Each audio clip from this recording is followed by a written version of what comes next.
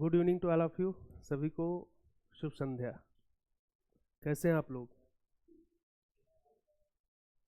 ठीक है। Myself Ved and I am the faculty of social justice, and in today class we are going to discuss about the syllabus of social justice.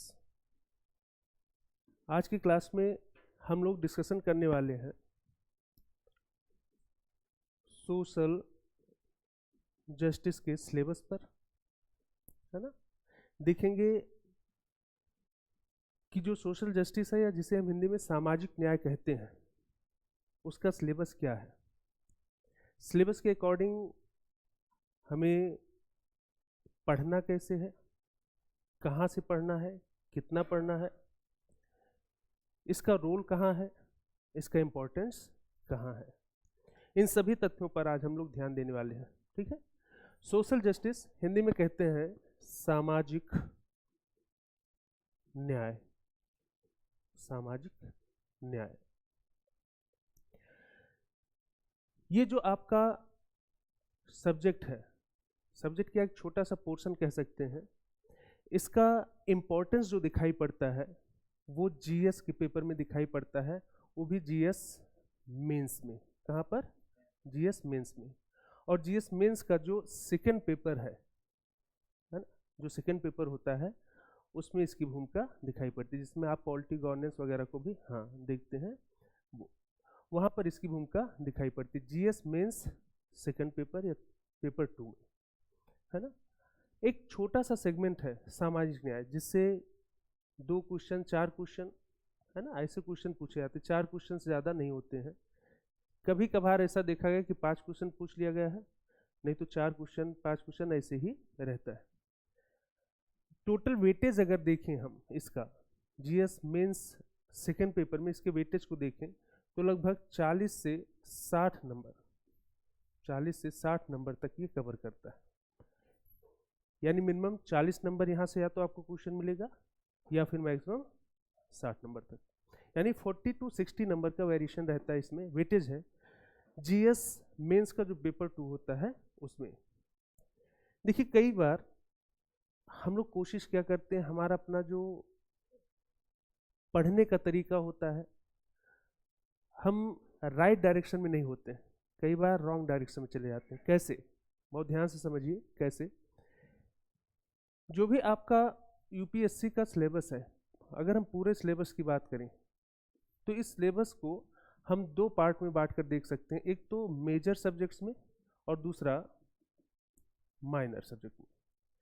इसका मतलब minor और major का मतलब क्या है कि पूरे के पूरे सिलेबस में, यूपीएससी का जो सिलेबस रखा गया, मेंशन किया गया, उस सिलेबस में कुछ ऐसे सब्जेक्ट हैं जिनका आपके तैयारी के दौरान व्यापक भूमिका दिखाई पड़ती है, और कुछ सब्जेक्ट ऐसे हैं जिनकी भूमिका बहुत व्यापक तो नहीं होती है, लेकिन उसका जो रोल होता है वो इम्पॉर्टेंट होता है ना। हम कोशिश क्या करते हैं, जैसे तैयारी अपना शुरू करते हैं, मेजर जो पार्ट्स होते हैं, मेजर जो सब्जेक्ट्स होते हैं उसी पर फोकस करते हैं। For example history, geography, polity, economy, science, tech, ecology, environment, है ना, इस पे फोकस कर देते हैं। जाहिर सी बात है, सही भी है। लेकिन जो माइनर सब्जेक्ट्स हैं या जो माइनर पोर्शन में सिलेबस में मेंशन किया गया सब्जेक्ट है, उस पर हम जनरली ध्यान नहीं देते हैं। कारण क्या है? पहले कारण को समझते हैं, है ना, और उसके बाद फिर देखेंगे कि क्या करना चाहिए। कारण क्या है? जब हम मेजर सब्जेक्ट को देखते हैं, जैसे हिस्ट्री हुआ, है ना, बताया ना, हिस्ट्री हुआ, ज्योग्राफी हुआ, पॉलिटी, इकोनॉमी हुआ, इकोलॉजी, एनवायरनमेंट हुआ, साइंस टेक हुआ, इस पे हम फोकस कर देते हैं। क्यों? सभी लोग जनरली आप देखेंगे 99% जो एस्पिरेंट्स होते हैं इसकी तरफ फोकस कर देते हैं। कभी आपने सोचा है इसके पीछे कारण क्या है? इसके पीछे जो कारण है वो ये है कि ये जो मेजर सब्जेक्ट्स हैं इनका जो रोल होता है ना, जो रोल होता है ये प्री में भी होता है और मेंस में भी होता है ना, ये दोनों में दिखाई पड़ते हैं। प्री में भी ये मिलेंगे आपको और मेंस में भी मिलते हैं, और इनके बिना प्री संभव नहीं है। और जब हम मेंस में जाएंगे तो वहाँ तो पढ़ना ही पढ़ना, उसके लिए भी पढ़ना है। तो पहले हमारा फोकस प्री पे हो जाता है कि चलो पहले प्री निकाल लेते हैं, इसके बाद मेंस का जो सब्जेक्ट है, जो अदर बचे हुए जो सब्जेक्ट्स हैं उसके बारे में देखा जाएगा, सोचा जाएगा कि क्या करना है ना। तो हमारा पूरा जो कंसंट्रेशन होता है वो इन सब्जेक्ट्स की तरफ हो जाता है। ऐसे में जो माइनर सब्जेक्ट जो दूसरी तरफ आप देखेंगे लिखा हुआ है, इस पर हमारा ध्यान नहीं जाता और हम भूल भी जाते हैं कि कौन से सब्जेक्ट्स हैं। लेकिन जब हम रोल की बात करते हैं, जैसे यहाँ पर हमने बताया कि रोल इन मेजर सब्जेक्ट्स का मेजर ही है, यानी व्यापक स्तर पर है, तो इसलिए हम ध्यान दे देते हैं। लेकिन जब आपका प्री क्लियर होता है, जैसे प्री क्लियर हुआ, तब हम सोचना शुरू कर देते हैं या सिलेबस के बारे में समझना शुरू करते हैं कि एक्चुअली क्या क्या मेंशन किया गया है, सिलेबस का क्राइटेरिया क्या है, कहाँ तक उसका विस्तार हो रहा है, उसके लिए कंटेंट्स कौन कौन से हैं, सोर्सेज कौन से हैं, पढ़ना कैसे है, तब हम उसके बारे में सोचते हैं। लेकिन ये सही नहीं है। क्यों? हम अगर पहले ही मेजर कर लें, इसके बारे में पहले मेजर कर लें कि नहीं मेजर के साथ हमको माइनर लेके चलना है, क्यों? क्योंकि उसका रोल क्या है उसके आधार पर, चूंकि रोल ही नहीं पता होता है तो हम जनरली क्या है कि दोनों में जो एक अंतर होता है उस अंतर बिंदु को स्पष्ट नहीं कर पाते और एक ही तरफ हमारा पूरा फोकस रहता है। तब आप देखिए उसका रिजल्ट क्या होता है। अगर मान लीजिए इन मेजर सब्जेक्ट्स के माध्यम से आपका प्री हो भी जाए, तो मेंस में जब आप पहुंचते हैं, जैसे आप मेंस में जाएंगे, यहाँ पर आप आंसर नहीं कर पाते हो। तो आपने सुना होगा ऐसे कई एस्पिरेंट्स को कि हमने 2 बार मेंस दिया, हमने 3 बार मेंस दिया, आपने सुना होगा ऐसे, लेकिन फाइनल नहीं हो पाता है। क्यों?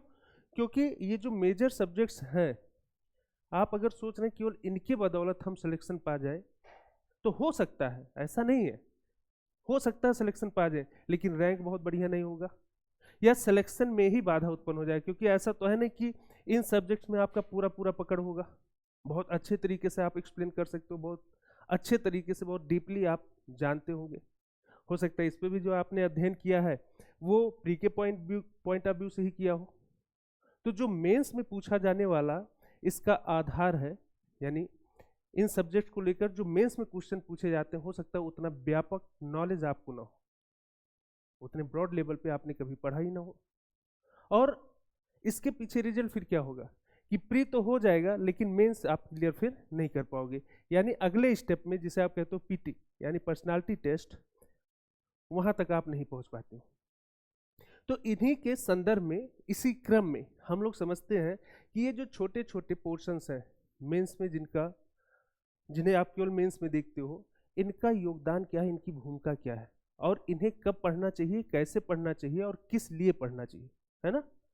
When, how much and how, कब पढ़ना चाहिए, कितना पढ़ना चाहिए और कब पढ़ना चाहिए, ठीक है। तो इसके बारे में हम लोग देखते हैं यहाँ पर सोशल जस्टिस को लेकर। सोशल जस्टिस, तो जैसे कि हमने बताया कि लगभग 40 to 60 है ना नंबर्स, इस पोर्शन से आपको मेंस में मिलता है, वो भी जीएस, हाँ GS second paper of mains examination, वहाँ पर आपको मिलता है। ऐसे कई छोटे छोटे पोर्शन हैं, जैसे कि यहाँ आप देखेंगे, एक तो सोशल जस्टिस हमने बताया ही, इसी प्रकार से इंडियन सोसाइटी है, इंटरनल सिक्योरिटी है, इंटरनल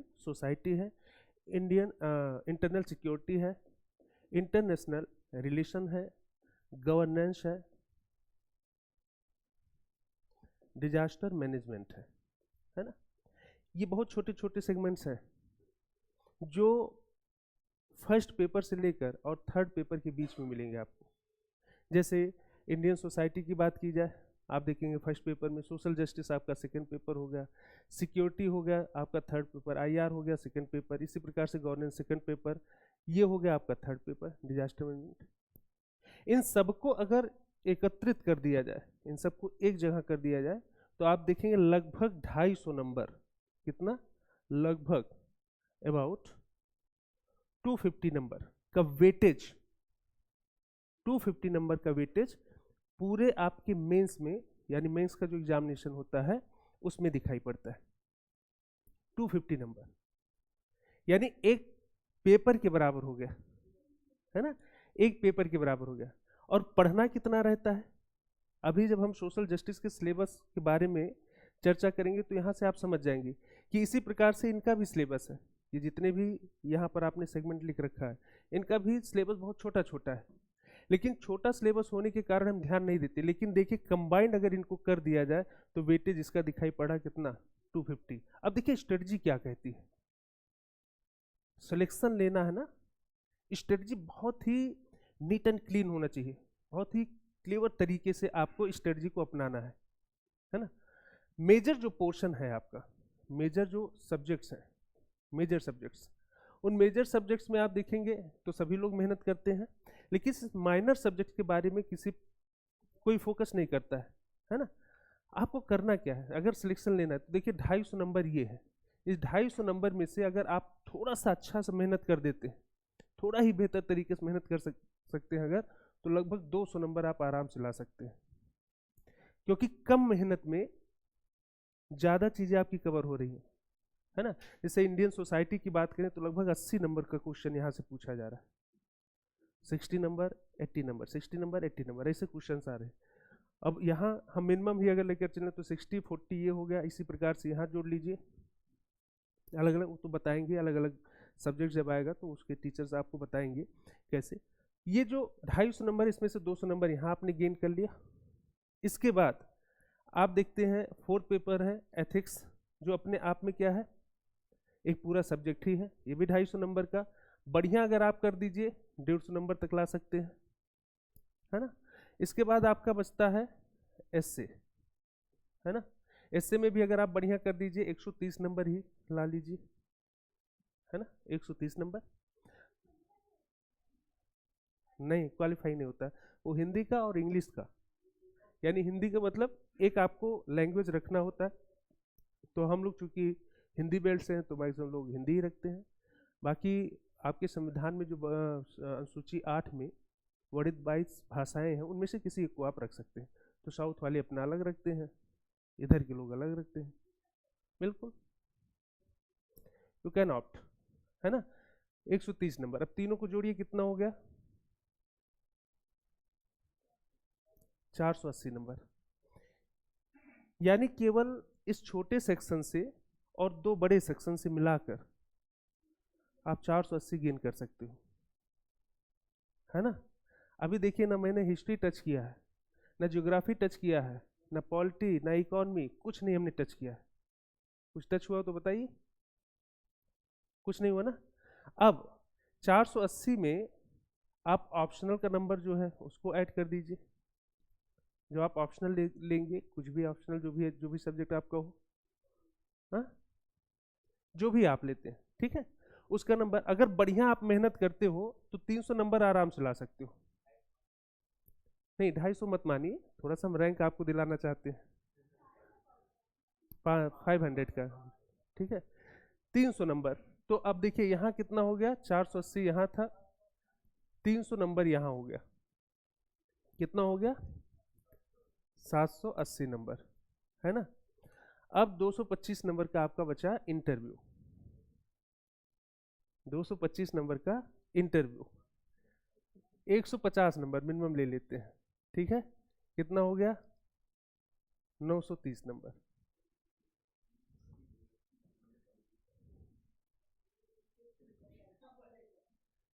नहीं, मैं आपको स्ट्रेटजी बता रहा हूं,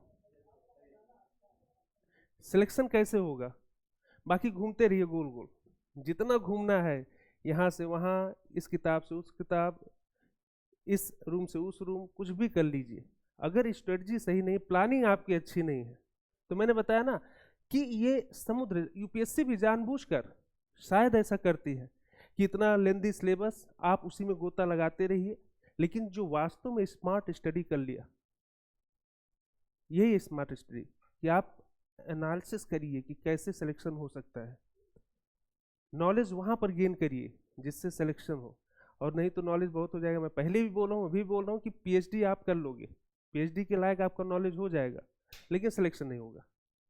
सिलेक्शन चाहिए, स्ट्रेटजी आपकी अच्छी होनी चाहिए। इसके बाद हम कह रहे हैं यहाँ से जो फर्स्ट पेपर है, सेकेंड पेपर है और थर्ड पेपर अभी पूरा आपका बच रहा है ना, उसमें से मैंने केवल छोटा छोटा पोर्शन निकाला। इन सब को मिलाकर हम कह रहे हैं सब को मिला लीजिए, जितने हैं सबको मिला लीजिए, 150 नंबर, सबको मिला के 150 नंबर। इतना तो मिनिमम तो ला ही सकते हैं, और भी कम कर सकते हैं, है ना। कितना हो गया? 1080। ये मिनिमम आपका जो आपने प्रयास किया है उसमें आपने इतना पाया है, सिलेक्शन हो गया, आप सेलेक्ट हो गए, प्रॉपर रैंकिंग है आपकी, है ना। अब देखिए, हमने एक सब्जेक्ट को स्टार्ट किया, एक सेगमेंट को स्टार्ट किया, लेकिन सेगमेंट का महत्व क्या है, ऐसे छोटे छोटे सेगमेंट का महत्व क्या है, वो आपको जानना जरूरी था। तो पहले मैंने उसको बताया। अब हम लोग चलते हैं सोशल जस्टिस की तरफ, देखते हैं। हमेशा ध्यान दीजिए, स्ट्रेटजी आपका बहुत अच्छा होना चाहिए, पूरा वेल प्लान्ड होना चाहिए, और उस पर आपको फोकस करते हुए वर्कआउट भी करना है। ऐसा नहीं कि स्ट्रेटजी बना दिए, काफ़ी अच्छी लग रही है, और उसको गए सुबह एक बार देखे, बड़ी अच्छी स्ट्रेटजी है, चलो सोते हैं, स्ट्रेटजी तो अच्छी है ही है, नहीं, उससे काम नहीं बनेगा। स्ट्रेटजी अच्छी होनी चाहिए, उस पर आपका वर्क भी उतना ही अच्छा होना चाहिए, चीज़ें बहुत आसान हो जाएंगी, है ना। और अगर केवल आप स्ट्रेटजी पे ही काम करते हैं, उस पर वर्कआउट नहीं होता है, तभी आप you are so far for your aims, आप अपने लक्ष्यों से बहुत दूर हो जाओगे। तो इसलिए दोनों के बीच आपको समन्वय, जिसे कहा जाता है कोऑर्डिनेशन, वो स्थापित करते हुए अपने लक्ष्य की तरफ आगे बढ़ना है, ठीक है। तो यहाँ पर इस सब्जेक्ट की जो भूमिका है और उसके साथ छोटे छोटे जो सेगमेंट्स हैं उनकी भूमिका क्या है वो हमने समझ लिया। अब we are now going to come back on social justice and its syllabus, है ना। हम लोग फिर से फोकस करते हैं किधर, सोशल जस्टिस की तरफ और इसके सिलेबस की तरफ। तो देखिए, छोटा सेगमेंट मैंने पहले ही कहा, तो सिलेबस भी क्या होगा, बहुत ही छोटा होना चाहिए। छोटा सेगमेंट है तो सिलेबस भी बहुत ही छोटा होना चाहिए। और वहाँ से जो प्रश्न पूछे जाते हैं, इस सेगमेंट से जो प्रश्न पूछे जाते हैं सिलेबस के अकॉर्डिंग, उस पर भी हम लोग डिस्कशन कर लेंगे, है ना। तो चलिए देखते हैं सबसे पहले सिलेबस इसका क्या है। और जैसा कि मैंने पहले भी बताया है, इकोनॉमी की क्लास में भी बताया है ना, अदर सब्जेक्ट्स में भी, कि कोई भी सब्जेक्ट जब आप पढ़ते हो, कोई भी सेगमेंट पढ़ते हो, तो first of all you must have to clear about your syllabus of that particular subject जिसे आप पढ़ने जा रहे हो, उसके बारे में आपको मतलब सिलेबस क्या है, क्या मेंशन किया गया है, वो एकदम क्रिस्टल क्लियर होना चाहिए। अगर वहाँ पे क्लियरिटी है तो आपका एफर्ट्स उतना ही होगा जितना होना चाहिए, अदरवाइज एफर्ट्स बहुत ज़्यादा होगा और उसका आउटकम बहुत ही कम होगा, है ना। तो देखिए, जब सोशल जस्टिस की हम बात करते हैं तो जहाँ से क्या कहते हैं, सामाजिक न्याय, ये दो शब्दों से मिलकर बना है, एक क्या है, सामाजिक, और दूसरा न्याय। सामाजिक न्याय यानी समाज में, हाँ, सामाजिक का मतलब जो सोशल हो, है ना। सोशल कौन है, किसके लिए है, सोशल कौन है, मनुष्य है, मनुष्य को ही सोशल कहा जाता है। तो इस धरा पर, इस पृथ्वी पर जो मनुष्य है, मानवीय जो प्राणी है, उनके लिए न्याय की संकल्पना को सुनिश्चित करना, न्याय की संकल्पना को सुनिश्चित करना, वही क्या है, सामाजिक न्याय है। इसमें जो सबसे पहला सिलेबस का जो सबसे पहला अंश दिखाई पड़ता है वो है सामाजिक न्याय एवं विकास प्रक्रिया। कर लीजिए, विकास प्रक्रिया। आप देखोगे यूपीएससी में 2-4 लाइन केवल लिखा गया है, ठीक है, उसको हम और तोड़ के आपको बता रहे हैं कि उसमें क्या क्या चीज़ें और हो सकती हैं, यानी कहाँ तक आपको उसको विस्तारित करना है। सामाजिक न्याय एवं विकास प्रक्रिया यानी social justice and development process. Social justice and development process. तो इसमें हम लोग देखेंगे, इसमें जो पॉइंट्स वगैरह हम लोग को देखना है, यानी सब टॉपिक्स जो देखना है, एक तो सामाजिक न्याय क्या है यानी सोशल जस्टिस क्या है वो हम देखेंगे।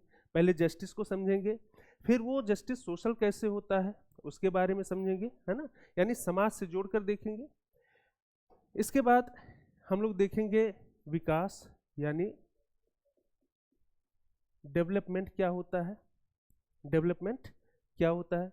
तो हम डेवलपमेंट को देखते समय यह आभास करेंगे, महसूस करेंगे कि डेवलपमेंट क्या है, एक सतत प्रक्रिया है, एक स्टेप बाय स्टेप घटित होने वाली प्रक्रिया है।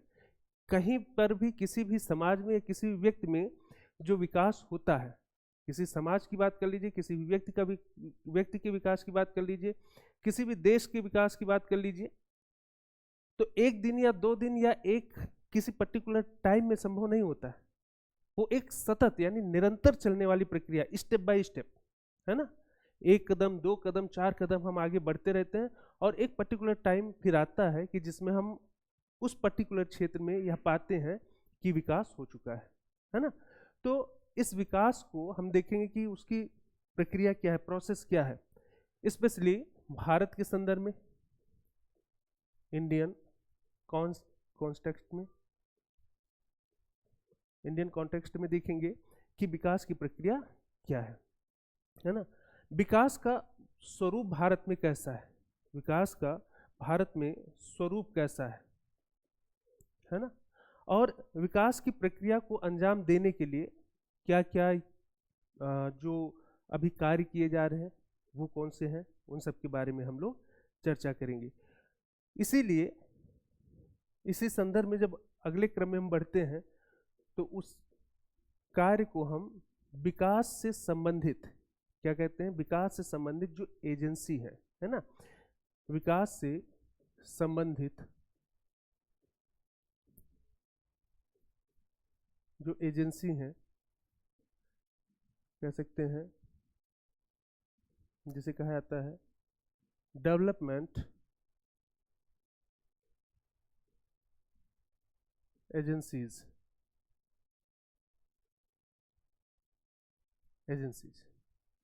वो कौन सी हैं उनके बारे में हम लोग चर्चा करेंगे। तो जैसे एजेंसीज में है एनजीओ, एसएचजी, इसके बाद जो अदर इंस्टीट्यूशंस हैं, अगर कुछ हैं तो वो अदर जो इंस्टीट्यूशंस हैं वो NGO, non government organisation, SHG self help group, वो होते हैं। अदर इंस्टीट्यूशंस में जो डेवलपमेंट की प्रक्रिया को बढ़ावा देने में अपनी भूमिका निभा रहे हैं, उन एजेंसियों को भी हम लोग यहाँ पर देखते हैं। हालांकि जब हम सिलेबस को कवर करा रहे होते हैं, जब हम पढ़ाएंगे आपको सिलेबस की तरफ, जब हम बढ़ेंगे एक एक इस टॉपिक की तरफ, तो जो एनजीओ है, एसएचजी है या फिर अदर इंस्टीट्यूशंस हैं, उनको अलग से नहीं पढ़ना होगा। कारण क्या है कि अभी हम देखेंगे आगे सिलेबस में कि जो सेक्शंस हैं, स्पेशली जिसे हम कहते हैं वर्नेबल सेक्शंस, संवेदनशील वर्ग, उन्हीं के लिए काम किया जाता है, उन्हीं को न्याय दिलाने के लिए काम किया जाता है, या न्याय की प्रक्रिया तक उनकी पहुंच सुनिश्चित करने के लिए ये जो संगठन है, एजेंसियां, ये काम करती हैं। तो जिस सेक्शंस की हम बात करेंगे, जिस भी सेक्शंस की, जैसे बच्चे हुए, जैसे वृद्ध हुए, जैसे विकलांग हुए, जैसे महिलाएं हुई, जैसे अल्पसंख्यक वर्ग हुआ, जैसे एससी एसटी ओबीसी कम्युनिटी हुआ, या फिर एलजीबीटीक्यू हुआ, ये जो भी समुदाय हैं, इन सभी समुदाय तक न्याय की प्रक्रिया को पहुंचाने के लिए ये जो विकास से संबंधित एजेंसियां हैं, ये कार्य कर रही हैं। तो ये वहीं पर हम देखेंगे कि अगर कुछ उनसे संबंधित एजेंसी हैं जो कार्य कर रही हैं, तो उन्हीं के साथ वहीं पर हम लोग जोड़ देंगे, है ना। इसको अलग से पढ़ने की आवश्यकता नहीं है, लेकिन फिर भी सिलेबस का पार्ट है तो आप लिख लीजिए कि क्या है, ठीक है। नेक्स्ट होगा जिसे हम कहते हैं संवेदनशील वर्ग। संवेदनशील वर्ग, संवेदनशील वर्ग में जिसे हम कहते हैं इंग्लिश में सेक्शन, वर्नेबल सेक्शन, इसमें वृद्ध हो गए, है ना, जिसे हम कहते हैं सीनियर सिटीजन।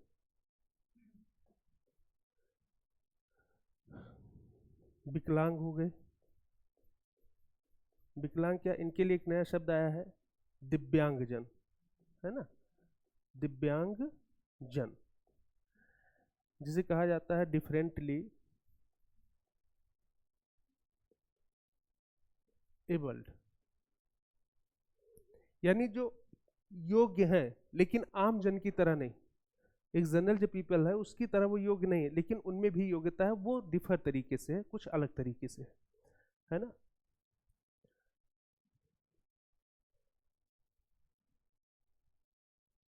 हाँ, फिर इससे जोड़ नहीं पाएंगे आप ना, ठीक है। अब इसके नीचे आप नीचे ही लिखना, मैं ऊपर लिख दे रहा हूं, ठीक है। विकलांग हो गए या दिव्यांगजन, इसके बाद महिला यानी विमेंस, ये हो गए। बच्चे, है ना, हाँ हाँ, चिल्ड्रन होंगे। इसके बाद SC ST OBC, ये कम्युनिटी हो गई, SC ST OBC, schedule caste, schedule tribes, other backward caste, ठीक है, ये हो गए। अल्पसंख्यक, अल्पसंख्यक समुदाय जिसे हम कहते हैं माइनॉरिटी, है ना, माइनॉरिटी हो गया। और इसके बाद LGBTQ, LGBTQ, है ना, इसको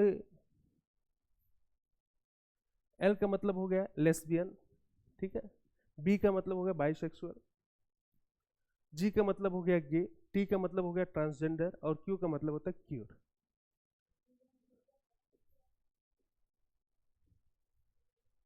QUEER, क्यूर, ठीक है।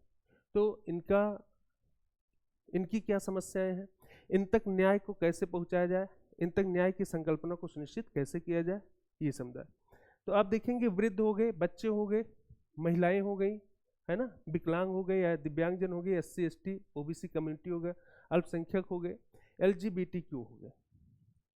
आप जनरली देखिए तो ये कुछ ऐसे वर्ग हैं, ऐसे लोग हैं जो समाज में संवेदनशील वर्ग के रूप में जाने जाते। क्यों? क्योंकि ये जितने हैं इसमें से मैक्सिमम, जैसे कि महिला हो गई, बच्चे हो गए, या विकलांग हो गए, वृद्ध हो गए, ये निर्भर जनसंख्या में जानी जाती है। ये स्वयं से काम नहीं करना चाहती हैं, करना चाहती मतलब कि इनको अधिकार नहीं दिया गया। स्पेशली इसमें अगर किसी की बात की जाए तो महिला है जो कार्य कर सकते हैं, लेकिन हमारे अपने समाज का स्वरूप ऐसा है, हाँ, कि वरीयता ना दिए जाने के कारण बहुत सी महिलाएं घर पर ही डिपेंड हो जाती हैं, और घर पर डिपेंड होने मतलब पुरुषों पर उनकी निर्भरता रहती है। तो कहा क्या जाता है कि इनको मजबूत बनाने मतलब कि विमेन एम्पावरमेंट की बात की जाती है। बाकी अगर बच्चों को आप देखिए तो निर्भर जनसंख्या में आते ही हैं, वृद्ध हैं ये भी निर्भर हैं, और विकलांग हैं या दिव्यांगजन हैं तो इनको भी निर्भर जनसंख्या में ही काउंट किया जाता है।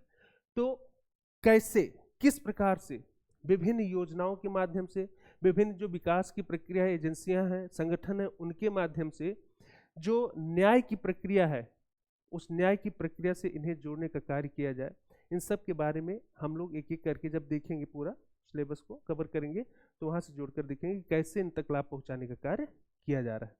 इसके बाद सामाजिक मुद्दे हैं, सामाजिक मुद्दे हैं, हाँ, सोशल इश्यूज हैं, सोशल इश्यूज हैं, सोशल इश्यूज में स्पेशली गरीबी है ना, पॉवर्टी, बेरोजगारी है, बेरोजगारी है, अनएम्प्लॉयमेंट, हाँ, अनएम्प्लॉयमेंट।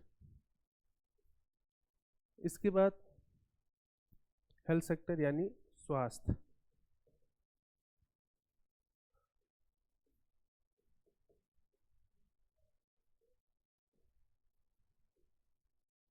सेक्टर, इसके बाद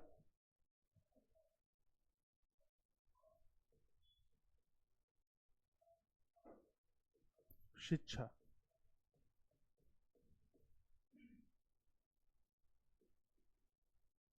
एजुकेशन, शिक्षा हो गया यानी एजुकेशन। यहां पर जाकर हमारा अपना सिलेबस खत्म हो जाता है। बहुत छोटा सा सिलेबस है, आप सोचिए, बस इतना ही।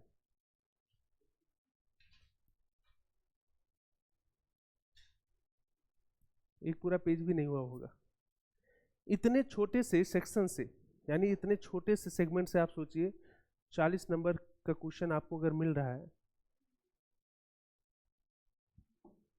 और वो भी मैं आपको बताऊंगा कि आपको फोकस कहाँ करना है, यानी एक तरीके का क्वेश्चन कहाँ से पूछा जाएगा इस वर्ष, वो भी मैं आपको बता दूंगा। 90% अभी तक जो बताया है उसमें संभावना मिली है ऐसा कि क्वेश्चन आ ही गया है वहाँ से। तो आप लोग जब करेंगे तो मैं बता दूंगा कि इस वर्ष यहाँ से पूछे जाने की संभावना है, वहाँ से आप पढ़ के जाइए। वहाँ से रिलेटेड जितने भी आयाम है ना, जितने भी डायमेंशन हैं, सब पे वर्क करके जाएंगे, निश्चित तौर पर आप क्वेश्चन को सॉल्व करके आएंगे। अब देखिए, ये तो हो गया सिलेबस की बात। हर एक में आप देखें, जितने भी सिलेबस हैं इसमें आप देखेंगे कि एक और लाइन लिखा हुआ मिलता है जो करंट से रिलेटेड दिखाई पड़ता है, यानी इनसे रिलेटेड जो इश्यूज है, इनसे रिलेटेड जो करंट इश्यूज है, हाँ करंट इश्यूज है, उसको आपको क्या करना है, जोड़ देना है। जो समसामयिक चीजें हैं उनको जोड़ देना है। ठीक, अब यहां तक तो बात हो गया सिलेबस का। सोर्सेज क्या होनी चाहिए, यानी कैसे आप इसे कवर करोगे, कैसे पढ़ोगे उस, हाँ हाँ, तो सब कुछ तो बताए हुए सोर्सेज का मतलब क्या होता है। तो सोर्सेज देख लीजिए कि सोर्सेज क्या होता है, इसमें क्या होंगी सोर्सेज। पहला तो आपका जो यहाँ पर हम बनवाएंगे क्या, हाँ क्लास का जो नोट होगा वो। दूसरा आपको इसके साथ जो जोड़ना है वो आप NCERT जोड़ सकते हैं, लेकिन जो NCERT है वो सोशियोलॉजी का है, NCERT है ना, क्योंकि आप सामाजिक मुद्दों की बात कर रहे होंगे, सामाजिक क्षेत्र पर जाकर अध्ययन कर रहे होंगे, तो उसके लिए NCERT ही है। NCERT के अतिरिक्त अगर आप जाना चाहें तो एक बुक आती है राम आहूजा की, राम आहूजा की भारतीय सामाजिक समस्याएं, भारतीय सामाजिक समस्याएं करके, ठीक है, इस बुक को आप ले सकते हैं। यानी हाँ, इंडियन सोशल जो प्रॉब्लम्स हैं उनके बारे में, और इसके साथ आपको करंट पर फोकस करना होगा। करंट में स्पेशली आप देखिए, जब न्यूज आप पढ़ते हैं, न्यूज़पेपर कंटिन्यू आप पढ़ ही रहे हो, उसका एनालिसिस भी कराया ही जा रहा है ना कंटिन्यू, तो इसमें आप देखेंगे कि जो कैबिनेट के डिसीजंस होते हैं, कैबिनेट के जो डिसीजंस होते हैं,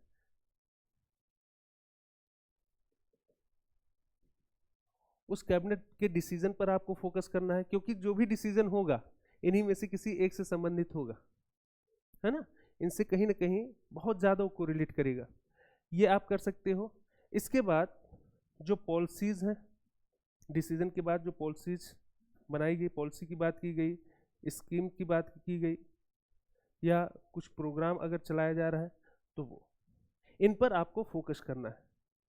कैबिनेट का डिसीजन, इसके साथ पॉलिसी, स्कीम या प्रोग्राम वगैरह जो है वो, उस पर आपको फोकस करना है।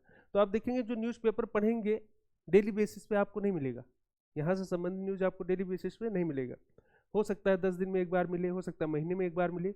तो उसको आप क्या करिए, या तो अच्छे से तैयार कर लीजिए, कटिंग करके रख लीजिए, उसका एक शॉर्ट नोट्स आप चाहो तो तैयार कर लो, या आप अपने नोट्स में, ये जो हम क्लास नोट्स बनवाएंगे, यहाँ तक तो मान लीजिए जो जब तक हम इसको करवाएंगे तब तक तो अपडेट रहेगा ही, इसके आगे आप चाहो तो इसमें प्लस कर लेना, ये जो आपके करंट की चीज़ें होंगी इसमें सेक्शन वाइज आप क्या करना, प्लस कर लेना, यानी जोड़ लेना, ऐड ऑन कर लेना। आपका पूरा का पूरा नोट्स तैयार हो जाएगा, है ना। अब क्वेश्चन आंसर फॉर्मेट में देखा जाए तो मैं क्लास में कराऊंगा ही, साथ ही साथ एक एक सेक्शन खत्म होता जाएगा, उसके साथ 102 क्वेश्चन हम देते रहेंगे आपको, वो आप लोग लिख के दिखाओगे। और जब तक ये पूरा सेगमेंट आपका खत्म होगा तब तक इस सेगमेंट में क्या प्रश्न हो सकता है, उसका उत्तर कैसे करना है, लिखना कैसे है, वो सब इवेल्युएट करके हम आपको देंगे। तो उससे आपका पूरी की पूरी तैयारी इस सेगमेंट के समाप्त होने तक पूरी हो जाएगी, है ना। तो इस तरीके से आपको काम करना है यहाँ पर। बाकी अगर बात करें हम स्ट्रेटजी की, तो सेम स्ट्रेटजी जो पहले अभी आपको हमने बताया है, शुरू करने से पहले बताया है, उस स्ट्रेटजी पर आप फोकस कर सकते हो।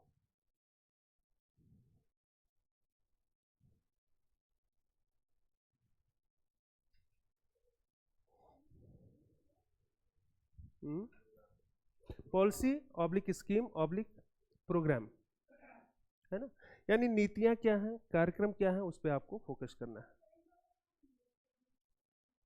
ये कैबिनेट डिसीजन, जैसे आप न्यूज़पेपर पढ़ते हो, है ना, तो आप देखोगे जो फ्रंट पृष्ठ होता है किसी भी न्यूज़पेपर का, जो फ्रंट पेज होगा, उस फ्रंट पेज पे जो सबसे इंपॉर्टेंट न्यूज़ होगा, जो इंपॉर्टेंट न्यूज़ आती हैं, उन इंपॉर्टेंट न्यूज़ में ही ये सब रहेगा। वहाँ लिखा रहेगा कैबिनेट का फैसला लिखा रहता है। तो आप देखिए फैसला किसके संबंध में, फैसला जो है किसके संबंध में, जरूरी नहीं कि यही सामाजिक न्याय से ही संबंधित हो, अदर भी क्षेत्र से भी हो सकता है। और अगर आपके इस सेक्शन से है तो आप उसे वहां पर ऐड ऑन कर लीजिए, जहां से भी कोरिलेट करे, वो फैसला आपका जहां से भी कोरिलेट करे वहां आप उसे क्या करिए, ऐड ऑन कर लीजिए। अगर वो सामाजिक न्याय के संदर्भ में है, जो कैबिनेट का डिसीजन है, कैबिनेट का जो फैसला है, अगर वो आपके सामाजिक न्याय के संदर्भ में है, किसी एक सेक्शन को इंडिकेट करके वो फैसला दिया गया है, तो आप उसे वहां ऐड ऑन कर लीजिए, है ना। जैसे फॉर एग्जांपल अभी 2020 में हम लोगों ने देखा, 2019-20 के दौरान, 2017 में, 17 से लेकर 19 के बीच में SC/ST एक्ट को लेकर काफी कुछ बवाल हुआ था, है ना, संघर्ष हुआ, धरना प्रदर्शन, विरोध प्रदर्शन, काफी कुछ किए गए। 2020 में सुप्रीम कोर्ट का निर्णय आया, है ना, कैबिनेट का डिसीजन जो लिया गया था वो डिसीजन को बदलना पड़ा, उसने अपने डिसीजन क्या किया, बदला। जो एक्ट था उसमें संशोधन किया गया। अब संशोधन कौन कर सकता है, कौन कर सकता है, संसद, हमारा संसद कर सकता है। संसद की सहमति से एक फैसला लिया जाएगा, वही फैसला क्या कहलाएगा, यहाँ डिसीजन होगा। अब उसके आधार पर एक कानून बनाया जाएगा, उसी फैसले के आधार पर कानून बनाया जाएगा। कानून की रखवाली कौन करेगा, नहीं, रखवाली कौन करेगा, जुडिशरी सिस्टम, न्यायपालिका।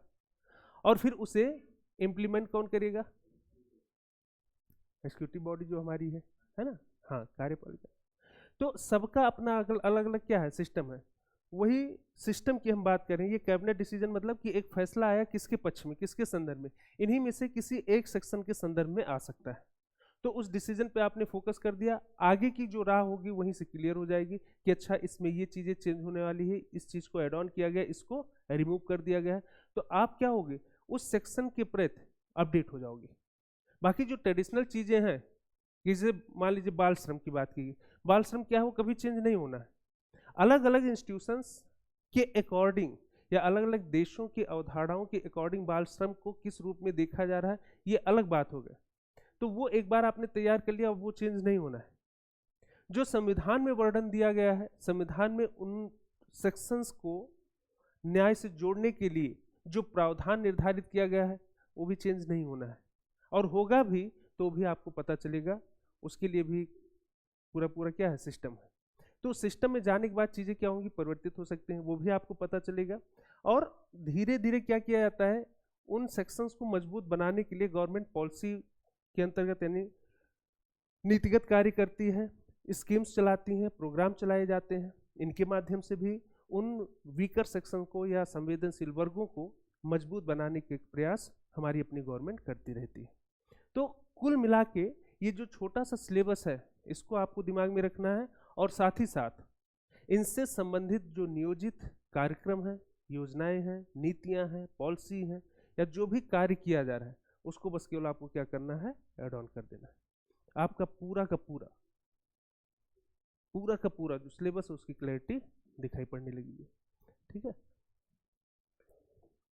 तो ये था आपका छोटा सा सिलेबस। यहाँ से आप 40 नंबर तक 40, 50, 60 जितना भी पूछ ले, उस पूरे 40, 50, 60 नंबर को आसानी से कवर कर सकते हैं। कम मेहनत में ज़्यादा अंक प्राप्त कर सकते हैं। सोर्सेज भी बहुत ही लिमिटेड है, उन सोर्सेज पे आप अगर फोकस कर देते हो, ज़्यादा नहीं करना है, नोट्स के साथ अगर केवल आप चीज़ों को ऐड ऑन कर देंगे तो फिर आपको और भी कुछ करने की आवश्यकता नहीं, वो उतना आप कर लेते हो। और स्ट्रेटजी जो हमने पहले भी बताया है, उस स्ट्रेटजी पर अगर आप फोकस करके चलते हो तो निश्चित ही सफलता आपकी होगी। बहुत कम समय में आप सफलता प्राप्त कर सकते हैं। अदरवाइज कार्य तो लोग कर ही रहे हैं अपने अपने तरीके से। ठीक है, तो जैसे एक एग्जाम्पल के तौर पर मैं थोड़ा सा आपको बताता हूँ कि कैसे हम लोग को पढ़ना है इस सेगमेंट को। एक शब्द आपने सुना होगा, चाइल्ड लेबर, है ना, चाइल्ड लेबर। तो अभी पीछे हमने बताया था सिलेबस के डिस्कशन के दौरान कि बच्चे वर्नेबल सेक्शंस में आते हैं, यानी संवेदनशील वर्ग में आते हैं, उनकी अपनी कुछ समस्याएं होंगी। समस्याएं क्या हैं? सबसे बड़ी समस्या है लेबर का, यानी बच्चों को श्रम में धकेल देना, या बच्चे श्रम से जुड़ जाते हैं, ये उनकी अपनी सबसे बड़ी समस्या है। उस समस्या का समाधान ढूंढना, समस्या का निराकरण करना, समस्या को दूर करना, ये हमारे अपने सरकार की, हमारे अपने गवर्नमेंट की पॉलिसीज होती हैं कि उन समस्याओं को दूर कर दिया जाए, ताकि ये जो बच्चे का वर्ग है, बच्चों का जो वर्ग है, ये दूसरे कार्यों से जुड़ सकें।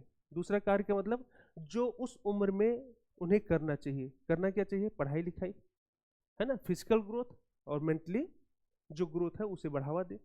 और एक समय के बाद जब वो बाल नहीं रह जाएंगे, यानी बच्चे नहीं रह जाएंगे, तब वो श्रम से जुड़े। तो सामान्यतः हमारे यहाँ 14 वर्ष से कम आयु वर्ग के जो लोग हैं, है ना, जो लोग हैं, वो चाहे पुरुष हो या महिला, उन्हें हम बच्चे के रूप में काउंट करते हैं। किस रूप में? बच्चे के रूप में काउंट करते हैं। यानी एक ऐसा व्यक्ति जो 14 वर्ष से कम आयु का है, वो किसी श्रम से ना जुड़ा हो, श्रम से ना जुड़ा हो, तो वो बाल श्रम से बाहर होगा। लेकिन दिखाई क्या पड़ता है? आप देखिए, यहीं से बाहर निकलिए, बहुत सी दुकानों पर जाते होंगे, स्पेशली टी स्टॉल पे जाते होंगे, पंचर बनाने की दुकानों पर जाते होंगे, पटाखा उद्योग को देखते होंगे, बीड़ी माचिस बनाने के उद्योग को देखते होंगे, या फिर रसायन से संबंधित उद्योग को देखते होंगे। ऐसे न जाने कितने उद्योग हैं।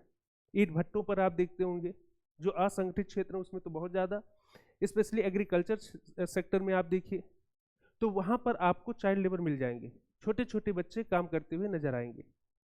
अब ये जो बच्चे हैं, जो 14 वर्ष से कम उम्र के लोग हैं, अगर ये काम में लगे हैं तो हमारी गवर्नमेंट क्या कहती है कि ये अपराध है, हमारे यहाँ के नियमानुसार ये अपराध माना जाएगा। तो सबसे पहले हम ये जानते हैं, ऐसे चैप्टर को पढ़ने से के क्रम में जो हम चीज़ें देखेंगे, ये तो एक की हम बात कर रहे हैं एग्जाम्पल के तौर पर, कि सबसे पहले हम ये देखेंगे कि चाइल्ड कौन है ना। दूसरा हम देखेंगे चाइल्ड लेबर किसे कहते हैं, चाइल्ड लेबर क्या है। इसके बाद हम लोग देखेंगे कि चाइल्ड लेबर के पीछे जो कारण है, यानी काजेस क्या है, काजेस बिहाइंड चाइल्ड लेबर, इसके पीछे कारण क्या है। कि आप देखेंगे जैसे इसमें सोशल फैक्टर भी होगा, इकोनॉमिक फैक्टर भी होगा, है ना, सांस्कृतिक यानी कल्चरल फैक्टर भी होगा, कई प्रकार के फैक्टर काम करेंगे। कुछ पारिवारिक फैक्टर्स भी होते हैं और कुछ बच्चों का अपना भी उसमें इन्वॉल्वमेंट होता है ना। जैसे सोशल फैक्टर क्या है कि लोग चाइल्ड लेबर को एक्सेप्ट कर लें कि नहीं नहीं ठीक है, अगर बच्चे काम करें तो कोई फर्क नहीं पड़ता है, हाँ कुछ भी हो, चलो कुछ कर रहे हैं, कुछ पैसे ला रहे हैं, ठीक है, एक्सेप्टेंस। तो सामाजिक जो स्वीकारोक्ति यानी सोशल जो एक्सेप्टेंस है वो बहुत बड़ा कारण है। इकोनॉमिक फैक्टर तो हर जगह काम करता ही है कि अगर परिवार गरीब है, छोटा सा बच्चा, तो जाओ काम करो, कुछ तो लाएगा शाम तक, एक इकोनॉमिक फैक्टर ये हो ही गया। और कल्चरल, किसी भी समाज का जो कल्चर होता है, हो सकता है वो समाज का कल्चर ही हो कि छोटे छोटे बच्चे ही काम करेंगे, है ना, या जो समाज की संस्कृति है कि गरीबी अमीरी की संस्कृति है, तो अमीर बनने के चक्कर में सब लोग काम कर रहे हैं, चाहे बच्चा हो चाहे बड़ा हो। तो वो भी क्या है, सामाजिक स्वीकारोक्ति या सोशल एक्सेप्टेंस के तहत जो संस्कृतियां हैं वो संस्कृतियां समाज में स्थापित हो जाती हैं और उसके साथ बच्चे काम करना शुरू कर देते हैं। इसके बाद जैसे कि काजिश के बाद हम लोग देखेंगे कि भारत जैसे देश में इसका सिचुएशन क्या है, यानी स्थिति क्या है, किसका, चाइल्ड लेबर की स्थिति क्या है। तो स्थिति का मतलब कि किस क्षेत्र में सबसे ज़्यादा, किस राज्य में सबसे ज़्यादा, विभिन्न संस्थाओं के अकॉर्डिंग चाइल्ड लेबर भारत में कितना है, परसेंटेज में कितना है, संख्या में कितना है ना। फिर इसके बाद हम लोग देखेंगे कि सॉल्यूशन क्या है, हाँ सॉल्यूशन क्या है। सॉल्यूशन में हम लोग देखेंगे कि जैसे संवैधानिक जो यानी कॉन्स्टिट्यूशनल जो सॉल्यूशंस हैं वो क्या है, कि किस आर्टिकल में बच्चों के बाल श्रम से संबंधित उन्मूलन का प्रावधान किया गया है और उसे लागू किस प्रकार से किया गया है, उस पर जोर दिया जा रहा है या नहीं दिया जा रहा है। ठीक है, तो वो तो अलग का विषय है जिसे हम देखेंगे सिचुएशन में, लेकिन क्या प्रावधान है, किस आर्टिकल में प्रावधान है, उस आर्टिकल के द्वारा क्या कहा जा रहा है बच्चों के संदर्भ में, वो देखेंगे। इसके बाद जो लीगल जो प्रयास किया जा रहा है यानी एफर्ट्स जो हो रहे हैं, जैसे कि जिसे हम कहते हैं वैधानिक प्रयास, है ना, वैधानिक प्रयास वो कौन से हैं, तो इसमें जैसे IRPC है ना, हाँ CRPC है ना, ये क्या है, ये क्या है, हाँ ये कानून है जिसे वैधानिकता या जिसे लीगल माना गया है, यानी कानून के माध्यम से किस प्रकार से जो चाइल्ड लेबर है उसे दूर करने का प्रयास किया जा रहा है, उसके संबंध में देखेंगे। इसके बाद हम देखेंगे जो एक्ट्स वगैरह हैं, एक्ट्स हैं यानी अधिनियम जो बनाए गए हैं चाइल्ड लेबर को दूर करने के संबंध में, उन एक्ट्स वगैरह को भी देखेंगे कि कौन कौन से एक्ट हैं जो शुरू से अभी तक भारत जैसे देश में या वैश्विक स्तर पर, भारत जैसे देश में या वैश्विक स्तर पर बाल श्रम को दूर करने के क्रम में काम कर रही हैं, उनके बारे में देखेंगे। फिर हम लोग देखेंगे कि जैसे पॉलिसी क्या बनाई गई है ना, पॉलिसी क्या है, स्कीम कौन सी है वो। इसके बाद इसी में हम लोग देखेंगे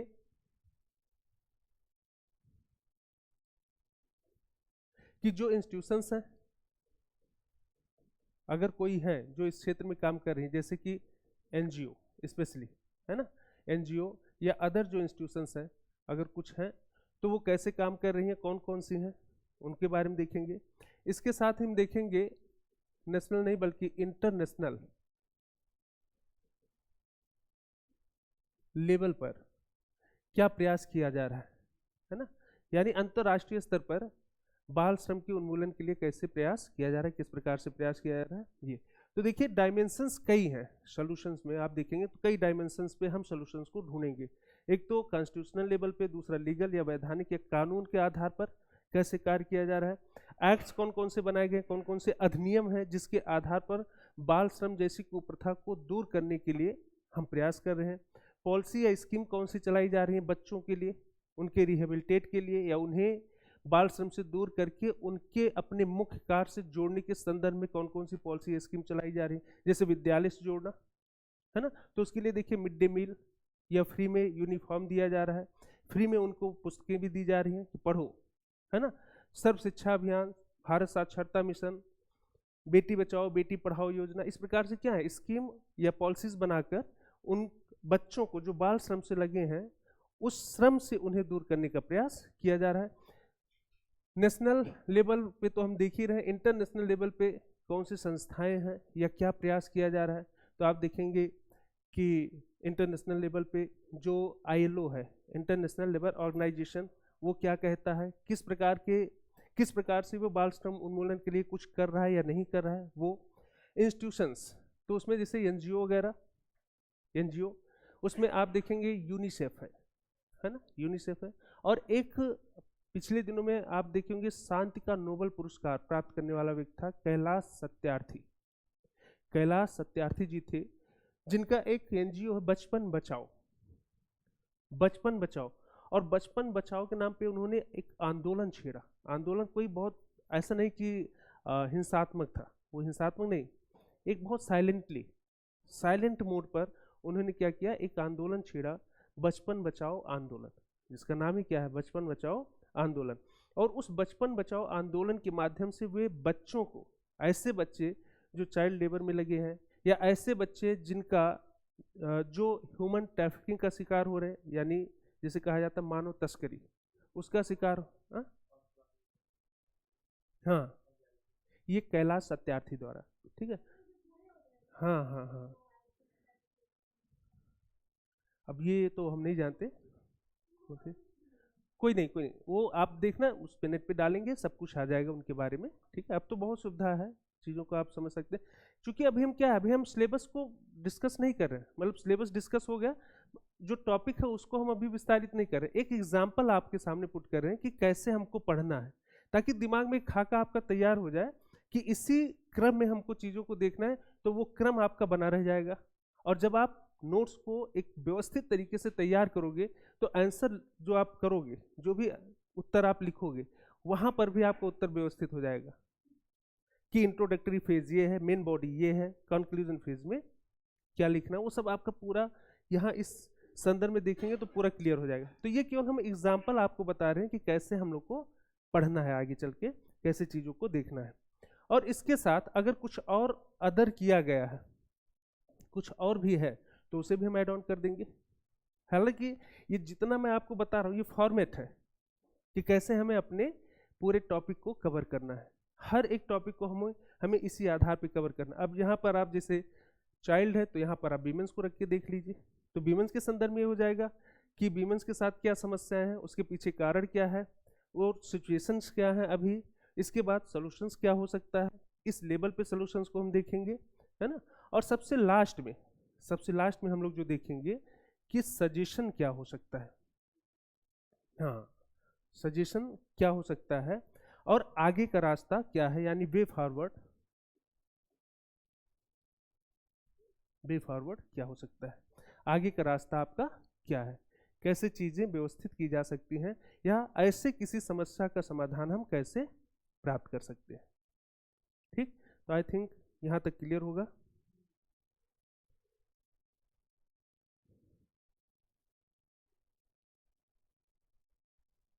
मैं थोड़ा साइड हो जाता हूं, आप लोग देख के लिख लीजिए।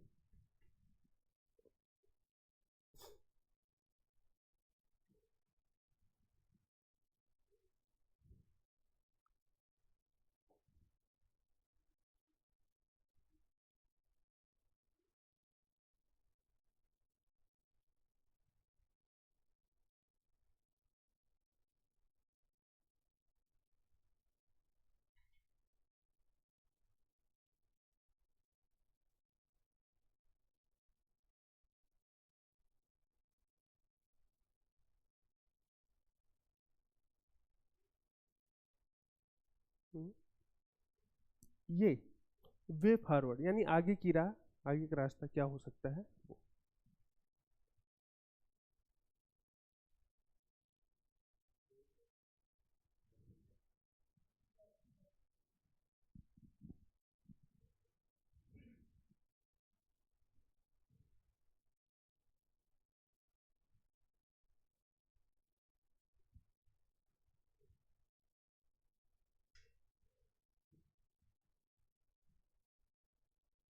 बाकी इसके जितने और भी ब्रॉड डायमेंशंस हैं, वो हम लोग क्लास में जब शुरू होगा, है ना, एक एक टॉपिक जब हम शुरू करेंगे तो वहाँ पे और हम कवर करेंगे। ये हमने केवल एक आइडिया आपको दिया है कि जो पढ़ना हमको कैसे पढ़ना है।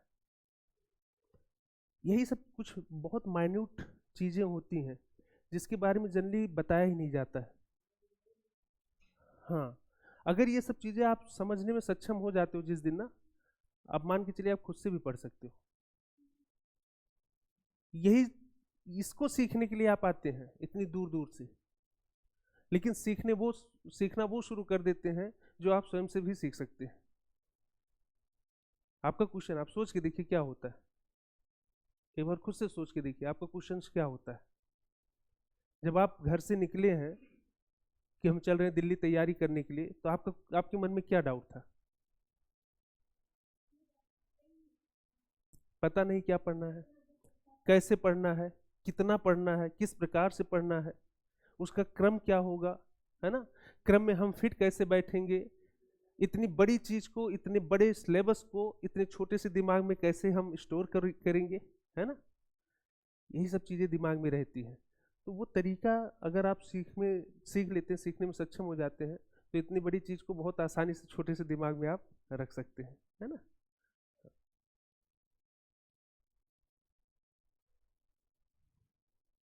तो आई थिंक सिलेबस और कैसे पढ़ा जाएगा, एक टॉपिक के माध्यम से जो मैंने बताया कि क्रम कैसे होगा, कैसे हमको पढ़ना, इतना आपको क्लियर हो गया होगा। कोई डाउट यहाँ तक? किसी कोई doubt? Okay, thank you so much. मिलते हैं हम लोग कल अगले क्लास में एक नए टॉपिक के साथ। तब तक के लिए आप सभी को गुड नाइट।